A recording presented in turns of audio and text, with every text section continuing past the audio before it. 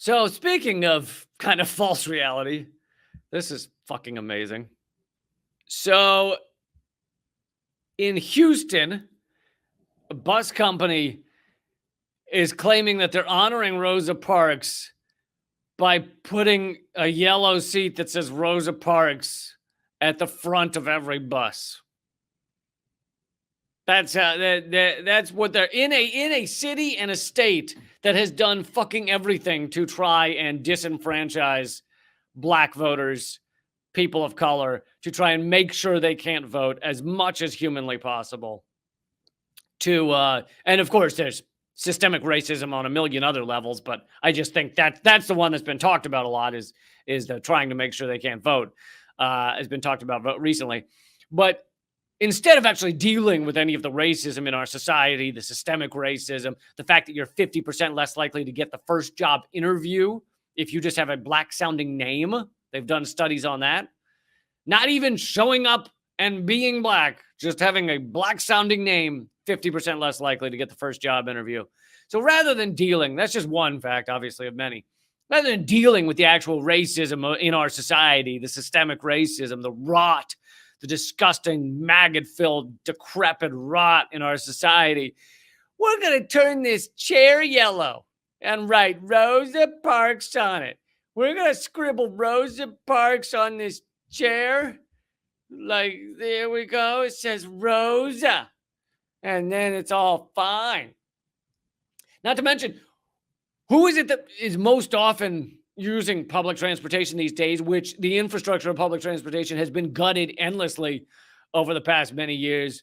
Our transportation systems are lag light years behind, like China, for example, in terms of public transportation, the speed of it, the reliability of it, the costs of it. In many countries, public transit is free. But who is it that is mostly using the public transit? People who don't have a lot of money. More often. That doesn't mean that I regularly use the metro and I regularly use the metro, but sometimes I take a bus. Metro's quicker in my area. But for the most part, it's people who can't just jump in a cab, right? And so rather than deal with that, the fact that we've created a two-tiered society with a collapsing public transit system, we're going to put a yellow seat there and write Rosa. Write Rosa on it. And then when people say, why aren't the buses showing up half as much? They cut tons of buses here in Washington, D.C. They're cutting transit around the country. Not to mention all the other ways it sucks. Decreasing stops, decreasing how often it comes through. In New York City, the subway, I lived in New York City for 12 years. The subway, it looks like the internal organs of a dying animal. It's just, honestly, like a rotting roadkill intestine is what inside most of New York City's subways looks like. It's amazing that every 3 weeks, one of them doesn't go off a cliff. I realize it'd be odd for a subway to encounter a cliff, but if anywhere could figure out a way to do that, it would be New York City. But yeah, rather than deal with all that, Rosa, we wrote Rosa on the seat there. Look, it says Rosa. And you see this type of performative activism, what did I call it in the title? Faketivism.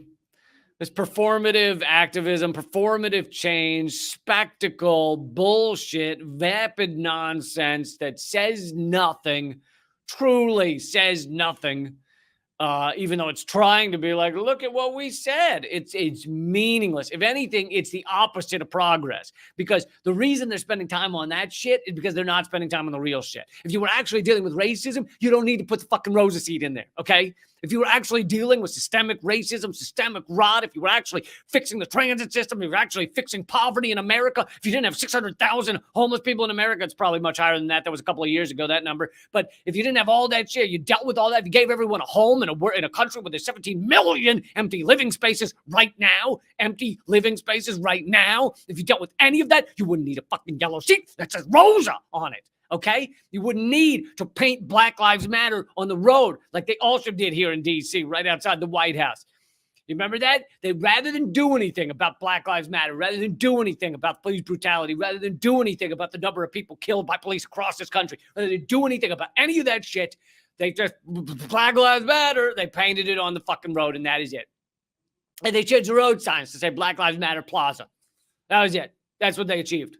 That's what all thousands upon thousands of people across the country marching, demanding change to our policing system, demanding change to our prison system, demanding change to this fucking ridiculous system that is one of the largest prison states in the world, the incredibly racist prison colony we live in. Rather than change any of that, we painted Black Lives Matter on the road. Says it in big letters. Big letters. You can see them from the sky. So when Biden or Trump goes over in their helicopter, they can look down and go, Black Lives Matter. They can read it from their upper cuppers. Yes, they can.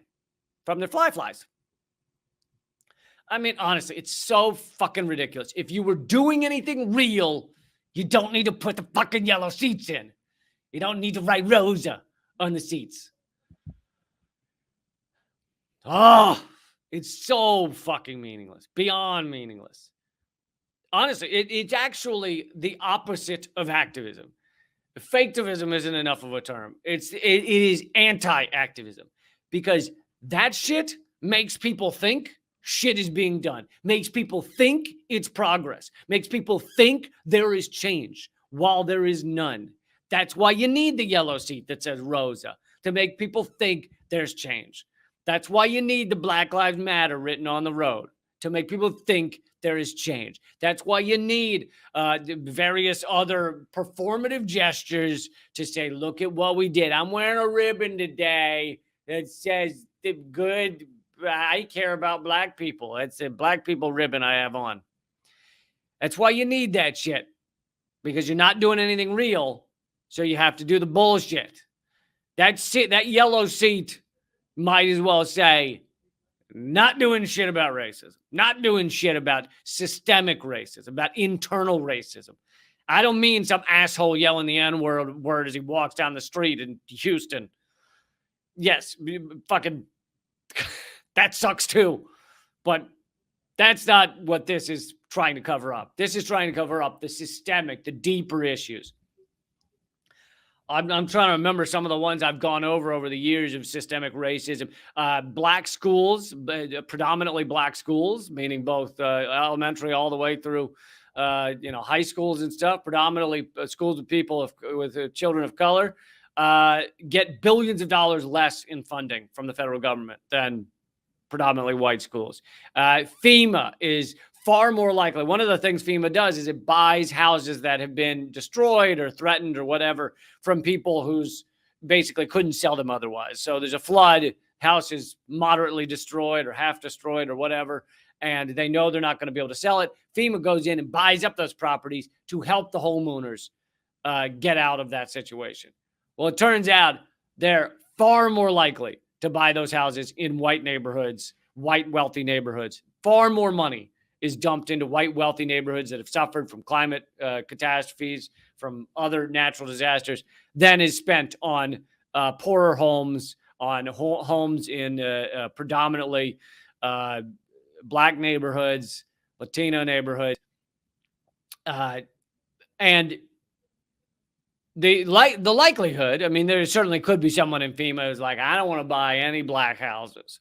That could go on. But the likelihood is that FEMA just figures, well, we'll dump the money in the place that needs more, where there's more worth. So if a mansion gets flooded, well, there's far more worth in FEMA buying up that than if average one family home gets flooded. All right, guys. That is the end of Moment of Clarity. But radindiemedia.com. If you aren't signed up for the emails there, please do so. All right, folks. Thanks a lot. I combined thanks again with thanks a lot, and it became thanks a got, which thanks a got, thanks again a lot. Thanks a got. Keep fighting.